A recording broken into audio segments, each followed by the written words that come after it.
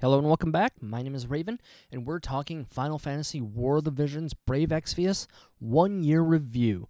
So, today we are moving on to talking about units. What I want to hit on today is the things that have worked for me, the things that haven't, and the units I've developed and why. So, as you can see, this is my little account. Again, as the reminder goes, this is a free-to-play account. I've spent a very, very minimal amount.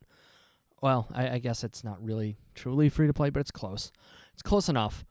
But this is my character roster for the moment. As you can see, I've got a lot of MR units that we're working on, and SRs and things like that. And then we get down to the Wasteland. The things we're trying to work on are the things I just flat out don't have the resources for. So I think the best way to go about this, first and foremost, let's hit on the units that I just don't have the resources for that I would have liked to. Lucia came, maybe a couple of months ago, I think. But she came super late. I would have liked to have her right around Flan, but she just didn't. Unfortunately, she didn't come on time, and I just haven't had the Rainbow Spheres to really do anything with her. And with EX on the horizon, I just don't see the need. So we decided to pass on her, even though I really did not want to. The next one that we had to pass on, just because of bad timing, was Laswell. He came in some of those free Hiroki polls probably a month ago, and he, again, would have loved him. Like, I like this idea of the samurais, the Dark Knight of Grandshelt, or whatever he is, Frost Knight of Grandshelt, and Knight of Grandshelt Ice. It's a cool character. He's got a nice kit. He's really fun in Final Fantasy TCG, by the way. Please, if you are into FFTCG, hit me up. It's definitely been a lot of fun, and it's something I want to get more into. Other units that ended up in the Wasteland here, Thancred. Thancred popped up in the original Week 1 Final Fantasy event, Final Fantasy 14 event, and from the word go, I looked at this unit and thought to myself, oh my god, what a trap. They are asking me to blow a ton of money on this unit right from the get-go, and I know. I want to try this game. I want to see how it works. I want to do this and that. So Thancred has been in my Wasteland here for 350-something days, and that's where he's going to stay. Fortunately/unfortunately, that little red flag about Thancred did prove to be true. At least I think it did. And I'm really glad I noticed that, because it's tipped me off to some of the other very spending trap things that this game has and does to its player base. Past that, Rob, I think this is Rob, maybe it's Olda, I think it's Rob. Rob's a unit that, again, he falls right into that samurai category. I would have liked to be able to develop him. I really do want his TMR here, but again, we're short on resources. So in the Wasteland he sits. Eventually I might pick him up. So one of the more standout units that's hanging out in the Wasteland here is Olda. Olda's on my list. We're working on her. She is going to get there eventually. We're slow building her. We've got a ton of shards for her. But until I can actually finish her, until we get to that 600 mark, I don't want to spend on her. Her apron's really, really good. It's just like some of the other AP items that are available. But until I can actually finish her out, I don't want to spend, primarily because I don't see myself using her as a unit. I see myself getting her, throwing her TMR in my inventory, and then going, great, now what? Oh, you're going to sit there. Cool. Other units. So here's one of the units that I think would have gotten excellent mileage, and I know it's gotten excellent mileage for everybody else who's finished her, is Kilfee. I really wanted to be able to pull for Kilfee. She came at a very bad time for me. We were looking at Venera, if I remember correctly, we were looking at Venera at the time, and it was just like, okay, I don't remember about the order of operations now, crud. But either we were devastated from Venera, or we were hoping to not be destroyed by Venera. But she didn't come till later, and I just have not been able to find the extra rainbow spheres to be able to farm her up. Moving right along, so we're starting to get into units that we developed or are starting to develop. Elishir and Ravasay both fall in the same category, and the reason I'm leveling them, one, because of limited events, limited arena, limited guild wars. Having a time mage is fantastic, but the main reason I'm leveling these units is for their TMRs. Like, their acquired JP up is one of the most important things that I can find on a piece of equipment, on a vision card, on an Esper, on anything. And I think that the time and resource saved by developing these units, by finishing out, getting that extra JP, is absolutely important. The next unit we'll touch on here is Crazy. Anyway, eventually I'll get her done. I like her. Having another gunner doesn't feel bad. Having another MR water unit doesn't feel bad. But again, we're just kind of, in this case, I think we're just waiting on these. Yeah, we're waiting on Azure and Brute Fragments, which we'll get there eventually. Also, I'm a little bit shorter on the Azure Spheres than I want to be for some of the other things coming up. As well, I've got a couple of vision cards that are like waiting for 15 shards. Or I know that they're going to need 15 shards very, very soon here. Next up, Shell. Shell's fantastic. She's another one that we're raising up for her TMR. We'll get there. Her staff that's really a mace, that's actually a staff, whatever, is really good. The penetration on it is fantastic. And, she's another ice unit. She can chain with Medi. Past that, there are a couple of units that didn't quite work out the way I would have hoped, just because we didn't get them done in time, and now they're kind of not helpful. I mean, they're a little helpful for tower, but the time and energy to invest in them, the hard modes, this, that, the other thing, they're just not there. Nasha's one of them. I really, really wanted Nasha's Guiding Blade here for the extra accuracy. Wow. For the extra accuracy, but she just didn't come in time. Like, the shards didn't come easily, and she's just kind of battled me every step of the way. Same thing with Helena. Like, I would have liked Helena done for Golem raid, but it just didn't happen. Like, the shards didn't come in time, and the investment to finish her out just wasn't there.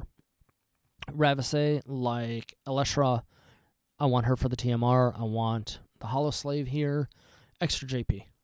Give me all the JP. That makes my life so much easier and faster when developing a brand new unit.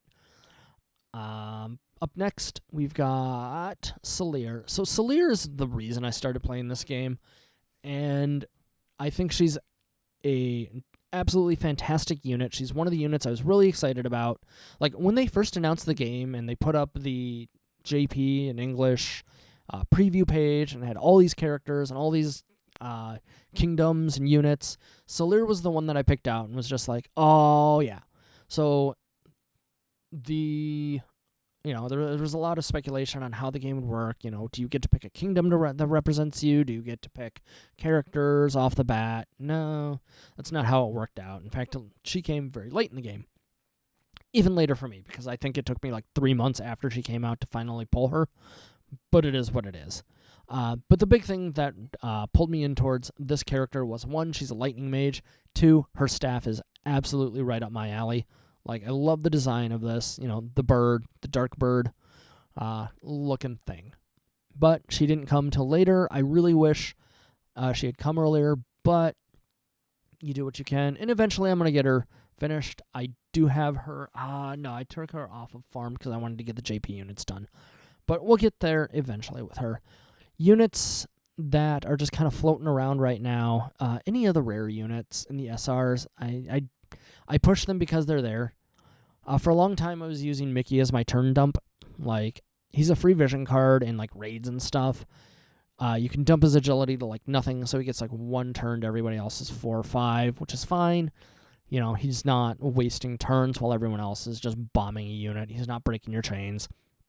But you do get a free vision card out of him. So that's good. I probably should have just left him at level 1. Live and learn.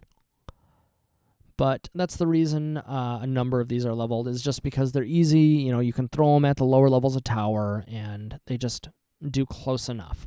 So that type of stuff includes like Ryu, Uni here. I don't even remember your name. Valide.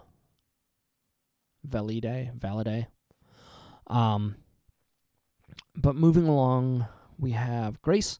Grace is another unit that I really like her kit on, but most importantly for Grace, the thing that made me kind of want to raise her is this right here. She's very resistant, and throwing other resistances on her, actually I might have to experiment with this a little bit, and that's a lot of magic resist, and Garble is really big right now. Unfortunately, the Dark Down's a big negative, but I may have to play with this a little bit and see what I can get out of it. But as a healer, she's middling, she's okay. Her agility is absolutely abysmal at this level especially, but she's one of those units that I wanted to experiment with and never quite finished the job. Vistrel here. I have him specifically because one of the early things I developed was a mug team. And that's because Gill Turtles and Gill are really important in this game for developing your characters, your vision cards, and all of that. So I wanted to make my energy use on that map as efficient as possible. So I did raise a lot of units that could just run around and mug the turtles and get as much as I can out of that. Moving right along. So one of the things I hear a lot is why no calculators? Why don't you push the calculators? They're the best farmers. They are. I don't deny that. They're absolutely the best farmers. In my case, they didn't come easily. They didn't come on time. Idrelia, I actually just picked up last week because she was in the shops or whatever. And she's good. I really like her. I'm pushing her as fast as I can. And this is why I have those mega stocks that we talked about in the last video. And it's because I can pick up a unit and just dump everything into her. I can push her abilities to the moon as fast as I can. Let's take a look here. We've got a few hundred JP. We'll finish that. Yeah. Doing things on video, getting it done. But, so I can just immediately max out water. And why is it disable maxed out? That's weird. I don't think I did that. But, we can max out Water God and Cure and this and that and the other thing. Level 4 Watera eventually. Drain. Probably damage distribution and her passives. But that's why I stock the way I stock, is just because I want to be able to get things done immediately, for lack of a better term. But I do like the calculators. I think they're fantastic. Obviously everybody wants them for their farms. But in my case, my account rolled out with Medi, Ayaka, and Englbert, and I haven't felt a super hard push or need to particularly go hard on one the other. Past that, Gilgamesh. Gilgamesh has been on my hard shard farm queue for months and months and months and almost a year now. He's nowhere near done. He does what he does. But the thing about him and all of the other double cost units is that I don't really want to invest in them. For double the resources into these units, you do not get double the effect, right? And even now, he's sitting with an available limit break. I don't get double his stats, right? He's not hitting twice as hard, twice as fast, but he costs twice as much. Now, obviously, a double cost unit would be absolutely broken in this game if they did that, but from a free-to-play standpoint, I don't and never did see Gilgamesh carrying me as long as would have been needed to spend double his resources. Past that, we've got more SRs, we've got rares, same thing, raised for tower, they're fodder. Etri here. Etri here is one of those units that they gave free to play in one of the first couple of events here, and I never really got around to her. If I needed an earth unit, I would take Mont. If I needed a punchy unit, I would use Ziza. I'm going to finish her up relatively soon here because I don't see myself getting Christmas Venera in time for the Christmas Flan event, which who knows when that's going to come at this point. Global is all over the place. We're missing events. We had dead weeks. It's wacky. But eventually, I suspect that I will have to finish her out, and that's fine. The next one we'll hit on here is Lilith. Lilith I raised because we never got Summer Ketone, I believe, it was, who was the fire archer, and I needed a fire archer or a really relevant unit for one of those floors on tower that was just horrendous. So I, looked in the future, looked in the crystal ball, and went, all right, who's my best bet here? It's Lilith. Aside from that, not my favorite unit. Not really doing anything else with her. She's half developed. But, she can sharpshoot, and that's all she needed to do was get me through that one floor tower and sharpshoot. Stern. Stern came really early in my account, and I think like within the first month. And I raised him just enough in that time. Like, I think I raised him like 49, 50, whatever it was.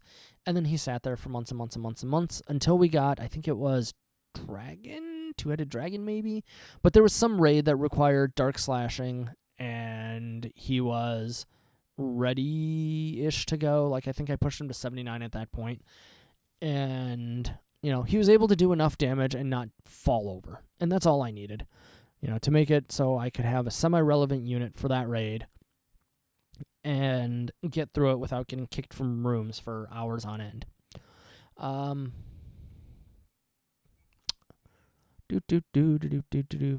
Vadim's another mugger. He does what he does. He's quick. He steals things. He makes gill turtles easier. Mariel here. We started Mariel because I wanted a calculator long before we knew Ildi was coming in the way she was. And she's almost done here. I'm happy with her. She heals.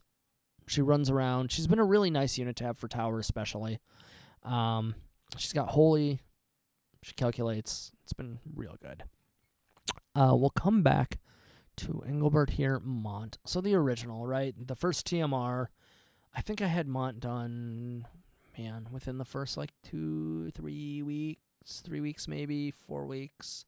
Less than a month. I feel like he was done within the first month. But Mont has been an absolute beast for the first chunk of this game, especially as a free-to-play player.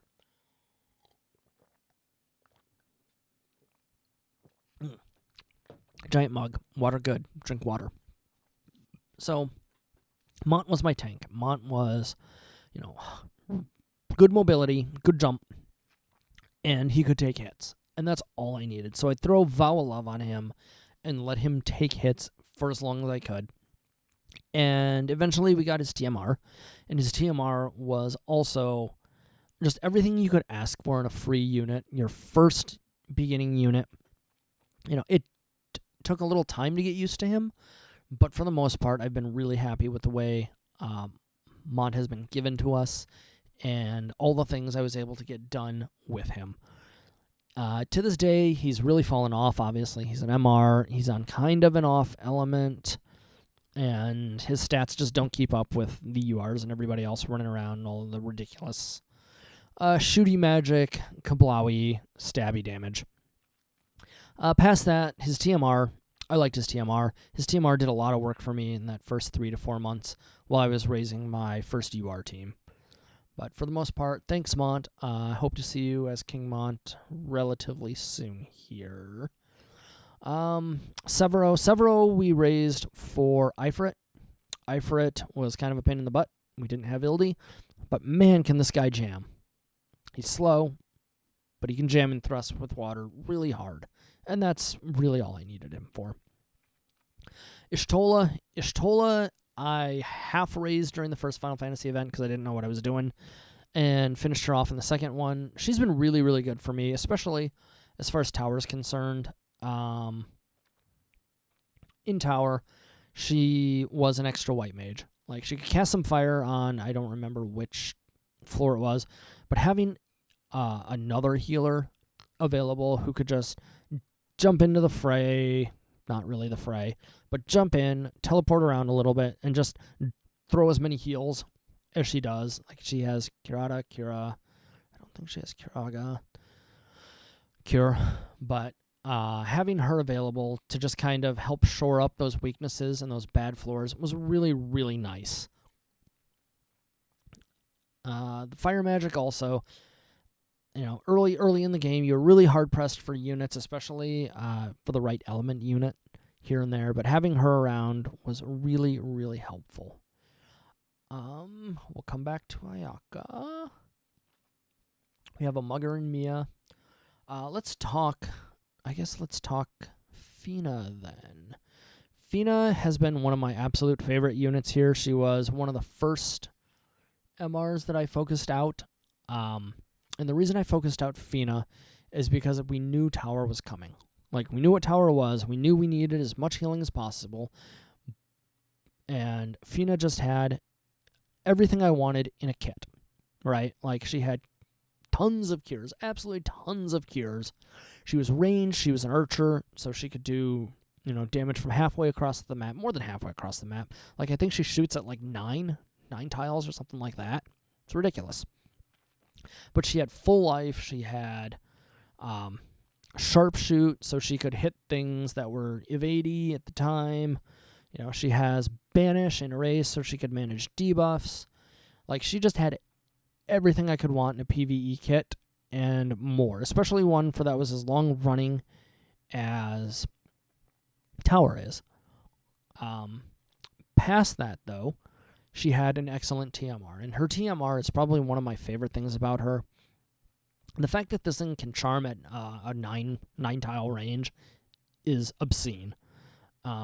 For frequent tower maps where I was just looking at my units like, all right, I have one viable unit for this, a couple of people who can take some hits, and a healer. And I would go, okay, who gets me out of this? How do I fix this? We'll roll Fina, we'll put the reincarnation on her, and we'll just let her charm units. We'll charm as many of my opponents as I can and try to buy myself enough time so the proper unit can get the job done. I personally think through Tower and all the Tower events, Fina is probably my MVP. Like, I think she's gotten me through the most number of floors compared to literally anybody else in my roster. So we'll move on. Phoebe. Phoebe was the first SR I focused out. And unfortunately, like at the beginning of my World of Career here, we focused a lot of light units. But again, like, I was focused on Tower. I didn't super like PvP right at the beginning, but I definitely got more into that as the game went on. But the reason we focused out Phoebe is, again, because of her kit. She's Time Mage, White Mage. She was quick and easy to raise, and her TMR is fantastic. The Chronal Cap is light resist. It's got a reasonable amount of defense on it, especially for an SR, and it's got agility. Agility early in this game was king. Still is really important depending on what you're doing, but agility at the beginning was the absolute most important. Agility stacking at the beginning here was one of the most important things you can do. Mia here, we have her for Mug. She mugs turtles. It's really cute. But she does what she does. Zazan, again, like, we raised him for Tower because he's got an obscene amount of move when you get him up there. Being normal, he costs, like, what, 1 rainbow fragment? Like, he was absolutely the cheapest thing we built. But the reason we ran Zazan up is because he could charm. Like, he could run across the map, charm something, usually fall over. But that charm got me through a number of, like, that and Fina's charm got me through so many of that first Tower floors that it's hard to kind of, talk down to him, I guess. And luckily, Global was fortunate enough to be given the chance to vote on our next Global EX, or an eventual Global EX unit. So at some point, we're going to see EX UR Zazan, and I'm excited for that. Let's just hope he's not absolutely terrible and unviable. The next unit we'll hit on is Medi. Medi. So my first entire first day of this game was re-rolling for Medi. And I'm really glad that I did, because she has carried me all the way through to today. She is my farmer. She is absolutely incredible. Like, her limit break is great, and everything about her has come fairly easily. Like, and I still use her. I still use her to this day. And I still will use her probably until Idralia is done, or, Black Rose Helena crosses my path. That being said, she's definitely one of those units that's fallen off with calculators. The calculators are better farmers. That's fine. But if you have Medi, if you have her ready to go, there's no real rush to pick up a calculator or another farm unit. She's doing fine. She's going to continue to do fine for a while. I'm not worried about her. That being said, if I were starting an account today, I probably wouldn't raise her. I probably wouldn't spend the rainbows on her. There are just other units, Ildi in particular, that are just easier at this point, more accessible, faster, and have a better kit. That being said, she's a ton of front-end damage. Like, I still use her in PvP for both Arena and Live. Like, Medi Bomb is still perfectly viable. Turn 1, run up and Cosmo Plume 3 people, and the match is pretty much over. Next up, we've got Gaffarian. Gaffarian was part of the first Final Fantasy Tactics event. We raised him up real quick and easy. One, because I wanted a TMR sword. Like, I wanted this so I could run, like, armor accessory on my tanks and stuff like that. But past that, like, the main thing that disappointed me about Gaffarian is that his AI doesn't use his Drain Blade very much. Past that, like, he's a really good PvE unit to have. He's slow, he's squishy, but he gets the job done as far as, what I needed him to do was be a Dark Slasher that could not disrupt, but that you could just put out a reasonable amount of damage for a few turns. Next up, Thunder God Sid. TG Sid. So TG Sid was the big reason that I went hard on this game. He's the first unit that I really pulled hard for, and I wanted him. I think he cost me like 50-something thousand viz to actually get a hold of, but he was worth it. He was worth every single bloody viz. He was worth all the time it was to farm those Whimsy shops and get him done in that first week. I maxed him out like the day he hit TMR. His TMR was great. It's a barrier. It's a physical barrier. It had agility. Very limited use, but I mean, throw it on him and watch him just run around and blow things up. He carried me through PvE and PvP for the better part of this year. Like, I think it was more than 6 or 7 months before I finally had to bench him. And the reason he had to get benched was because Killfay started showing up everywhere. And unfortunately for him, Killfay just absolutely buried him. Next up, we got Shadow Lynx. Shadow Lynx is a unit that I very highly recommend for people. She's easy to build. They give you a ton of free stuff to build her, and she can chain. Like, that's what it comes down to. She has Dream Within a Dream. She can chain Shadow and slashing. Very, very low investment, high yield character. And she's done absolute wonders for me. Like, I still roll her out every now and again. Her Shuriken's really nice to have. Sutan, she's just an all-arounder, and her mobility and speed, make her no slouch. Next up, we've got Ramada. Ramada was a mistake. Everybody makes mistakes.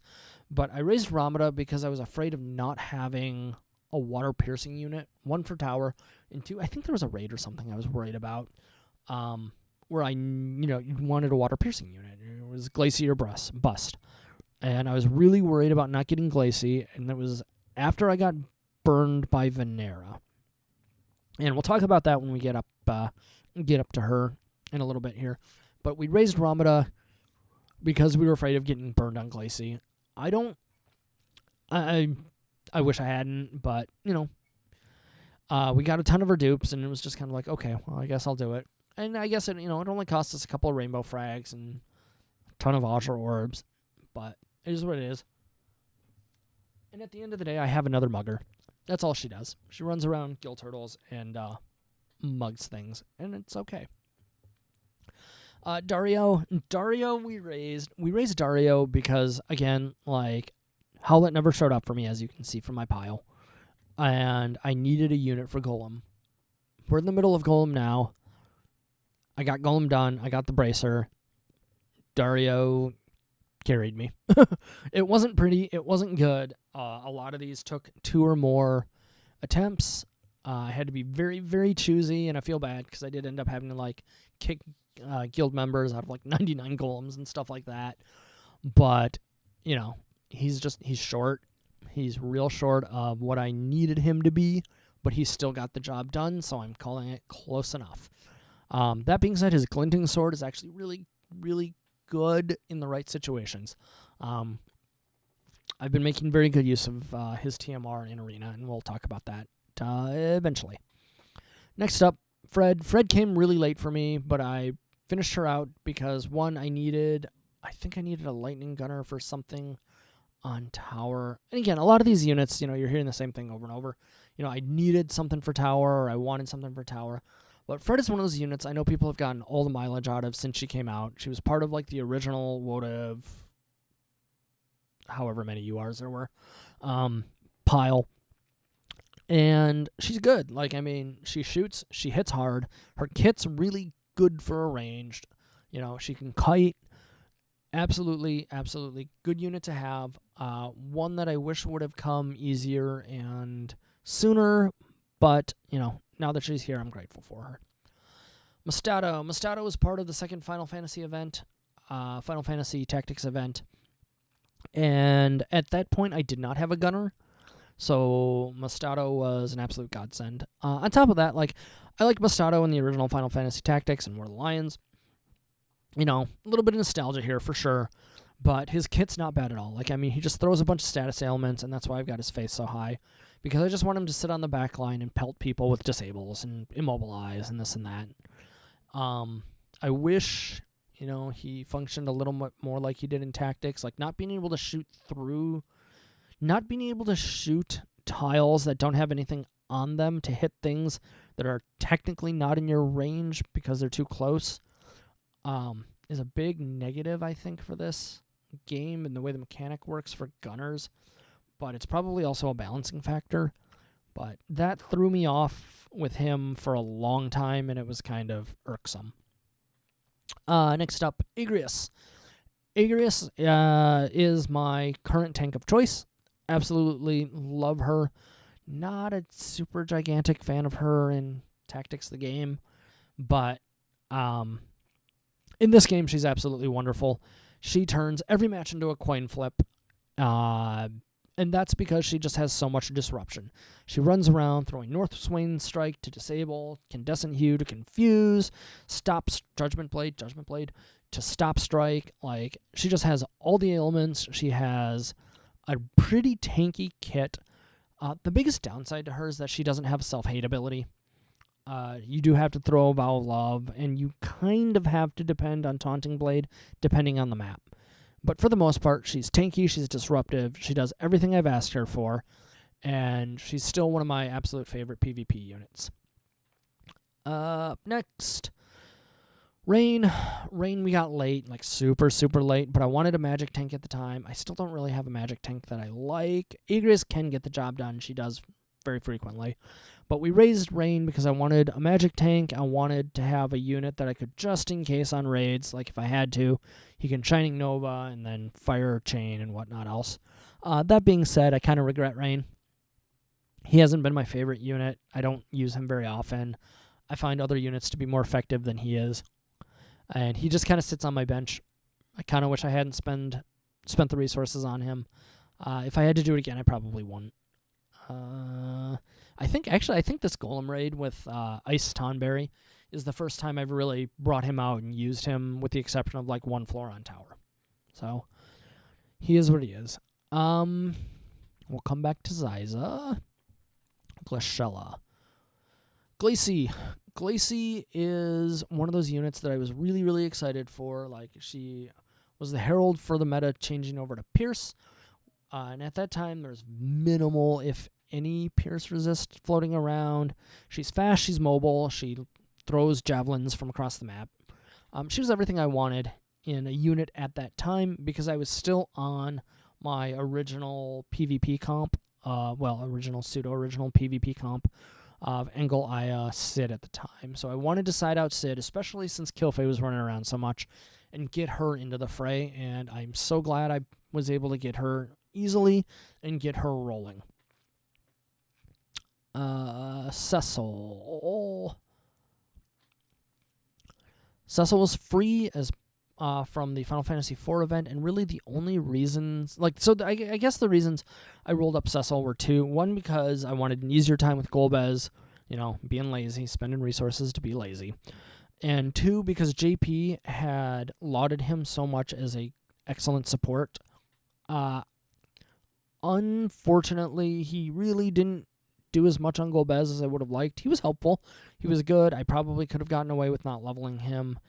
And as far as being a support is concerned, I've found him middling to not great. I really wish they would have made him more of a tank character, given him just a better kit, like to be an actual tank, kind of like Engel, kind of like Wool, but they didn't. Like, he's this kind of awkward paladin thing, and his cover ability doesn't quite work the way, it just doesn't feel intuitive the way it works. Up next here, we've got Kane. Kane, also part of that Final Fantasy IV event. Kane has been an absolute unit for me. When he came around, there was still a very low amount of pierce resist, and he just did everything I need. He did a ton of damage. He was mobile. If you can create a situation, a dueling situation with Kane where, it's Kane versus just another unit, he's absolutely excellent. He's still doing real good for me, doing a lot of work. He's become harder to field because there's so many units that he has trouble with. Sakura in particular right now. He's not great against Garble either, but he's okay.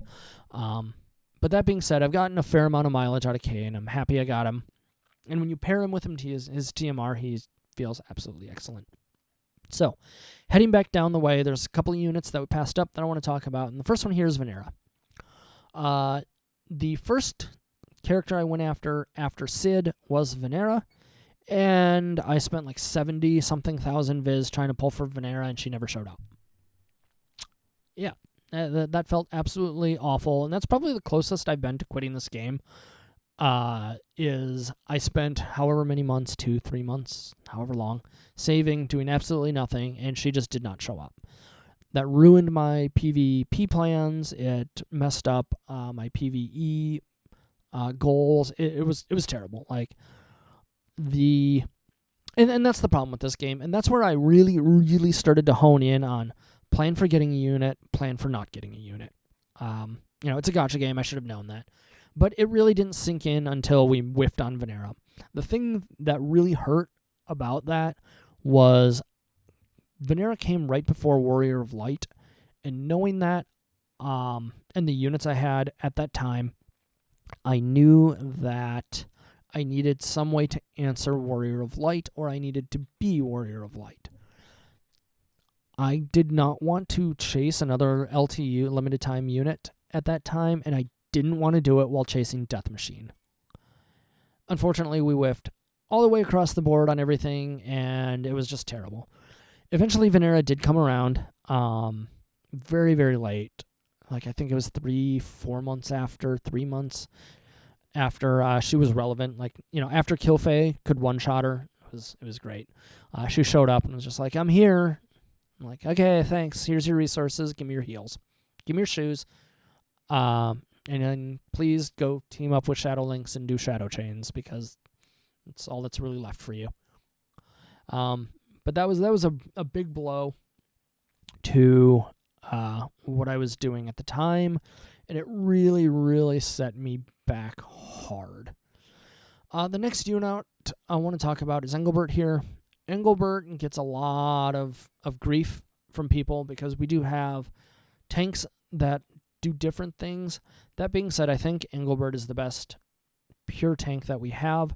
People will argue for Warrior of Light. In a heads-up situation, I'd rather have Englbert.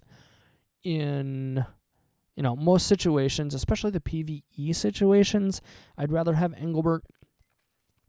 That being said, I do feel like Warrior of Light is probably the best PvP tank at this time, and has been for a while. With that thought, though, Engel has done more than enough work for me. He's big, he's tanky, and now that we have the light ring and all this resist gear and all these other things, like, I don't even roll him out with a weapon for most things. I just double accessory armor, and he sits there and goes like, okay, I'll take one. Okay, I'll take one. Okay, I'll take one. I'm going to bash you for 38, but I'm going to take one. And he just kind of runs out the clock. It's pretty funny, actually. But lately, I've been throwing Dario's sword on him, and that fixes one of the problems that he has, which is his AP generation. With Dario's sword, on his first turn, he can immortal spirit, courage himself, and it gives him exactly enough AP to be able to Taunting Blade on turn 2, which is absolutely huge for him, because the only really other way for him to do that is to not use his courage, which can really mess you up, especially on smaller maps where he runs forward and then just kind of like, I don't know what to do, because he won't double buff. So that's been a really big plus for him. Overall, though, I do roll him out still. I think he's an excellent unit to have. Would I build him now? Probably, if I didn't have, either of the other LTU tanks. And that's the thing, is if you're looking for a tank that isn't limited like Wall or Igrius or something like that, then Englbert's going to be where you go. He's just an absolute walking wall of a unit. So the next thing I want to talk about before we get to Ayaka is Ziza. So I don't want to say it's controversial, because it's pretty much just accepted fact here. I hate Ziza. Let me tell you, I hate her design. I don't like her kit. I don't like what she represents in this game. And what she represents is a unit that you have to build, and I'll rant on this more when we get there, specifically for her TMR. And when I say that, I mean as a competitive player, as somebody who's into PvP, as somebody who raids a lot, if you don't have the bells, you don't get to do any of that. And it's not that you don't get to, but it is so hard, and it is absolutely so unfun to try to do those things without the bells, that it doesn't feel good. The game stops being fun. And I don't think there should ever be a character, a unit, a piece of equipment, anything in a game that contributes to unfun the way this one does. It is so overpowered that it's ridiculous. And that's why we see it banned out of a lot of these private PvP tournaments and things like that, is because it is such an overwhelming resource advantage that you either have it or you're not playing. And that is the reason I spent the however much it was for the first UOC ticket to pull Ziza. She didn't come naturally to me, and I'm sure she didn't come naturally to a ton of people, despite spending, I spent a ton on her banner too. It was absolutely just feels bad. Everything about this doesn't feel good. So that's my little rant on Ziza. And I hope that in the future, I've got two hopes here. One, I hope they nerf the crap out of the bells. Two, I hope they never design an item like that again. It's bad design. It's not good game design. It's unfun mechanic. But moving right along. So the last unit I want to talk about here is Ayaka. And I think Ayaka is probably my favorite unit. Yeah, Ayaka, I think, is probably my favorite unit in the game. She's definitely the unit I've gotten the absolute most mileage out of. I still field her for PvP. I use her in my primary PvE comps. She's gone and carried me through Brutal. She's carried me through EX stages on Tower. Her kit is amazing. She's the best pure support in the game. And she has absolutely everything I could ever ask for in a white mage. She's even got the time mage subjob. She has everything.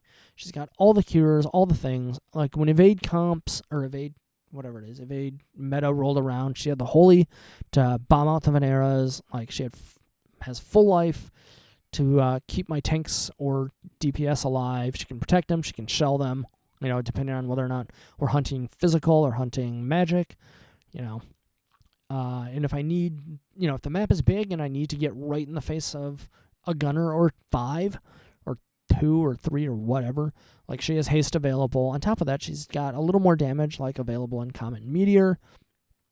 And then we have, the coup de grace here, which is her limit break. Angelic Grace was one of the limit breaks, there we go, that I maxed out right after getting her. This was the first limit break that I leveled out.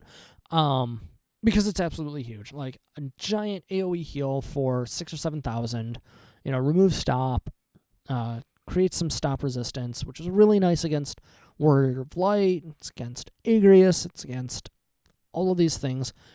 And I think, and I'm sure, like, this is the unit that I've gotten the absolute most mileage out of, and highly, highly recommend that people build up, if they're just getting to the game. In any case, that is my unit wrap-up here for the 1-year anniversary. Please, if you have differing opinions, I'm sure you do, feel free to comment, on that note, actually. So here's the plug. Thank you for watching. If you are buying Viz, if you are playing on the Amazon store, please check out the link below, TinyCC, Raven Viz. That goes towards helping support me. You get a nice discount on your Amazon coins. If you are interested in other things, music, Magic the Gathering, stuff like that, please check out the links on the left. And I think up next we'll be talking about equipment, and again, what's worked, what I built up, and why. And this is probably a good place to pause. In any case, thank you for watching, and we'll see you next time.